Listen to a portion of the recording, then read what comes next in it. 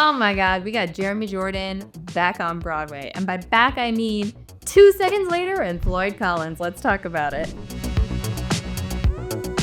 Hey friends, if you're new here, my name is Katharine Quinn. I'm a 30-something living in New York City and working on Broadway. I run a company called And That's Showbiz. We do bespoke Broadway media. If you want to see Broadway behind the scenes or interviews, make sure to check us out over on that channel, And That's Showbiz. And here on Katharine Quinn, I show you the behind the scenes of my own life and working on Broadway. Today, we are talking about FLOYD COLLINS. I'm super excited about this. I've never seen a production. I don't know the score at all. All I know is something about a rock and Adam Guettel and Jeremy Jordan and Lizzie McAlpine. We're gonna get into it. I am genuinely so excited about this production. Okay, so let's get into the when and the where. Previews begin tonight, March 27th at the Vivian Beaumont Theater. Opening night is April 21st. Music and lyrics are by Adam Guettel and the book and direction is by Tina Landau. It is a busy season for Tina Landau. In case you don't remember, Redwood is also Tina Landau. I'm also not gonna lie to you, I did not know that Tina Landau wrote the book for FLOYD COLLINS, although evidently it's mostly sung through. So our sets are done by Dots, which is a new collective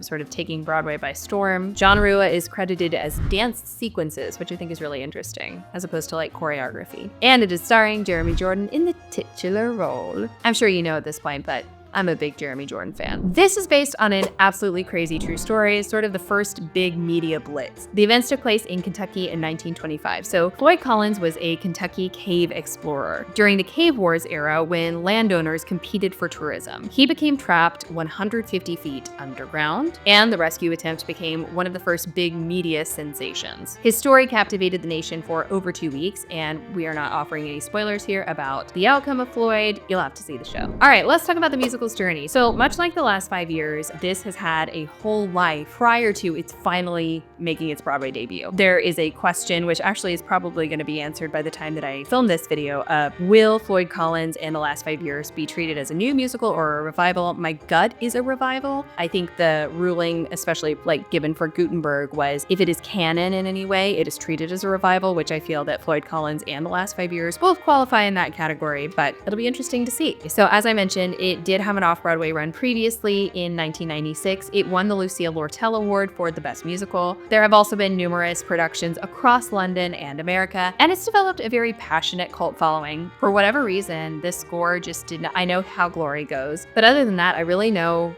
relatively little about this show, which is very exciting to me. It is finally making its Broadway debut 29 years later, which is wild. Let's talk a little bit about the score. So Adam Guettel drew from Appalachian folk music as well as complex contemporary classical, as is his style, traditional musical theater, bluegrass influences, and again, true to Adam Guettel scores, some of musical theater's most challenging and beautiful harmonies. Some of the standout songs are, as I mentioned, How Glory Goes, but also the Ballad of FLOYD COLLINS, Through the Mountain, and the Riddle Song. This cast is really exceptional. I'm so excited. We've got Jeremy Jordan of Newsies, Little Shop, The Great Gatsby on Broadway, Jason Gotay of Bring It On as Homer Collins, Lizzie McAlpine making her Broadway debut as Nellie. We also have Mark Kudisch, Jessica Molaskey, Taylor Trench. I love Taylor Trench. And Sean Allen Krill. I am so excited to see Lizzie McAlpine. I'm so excited to hear Jeremy sing this score. It's a really remarkable group of people. So what makes this show special, other than we're finally getting a Broadway debut nearly 30 years later? It blends multiple musical styles. It is a uniquely American story. The cast is stacked. The score is famously challenging. It explores themes of faith, family, and ambition. And it's kind of one of those magical musicals that's both beautifully intimate and broadly epic all at once. So who is this show for?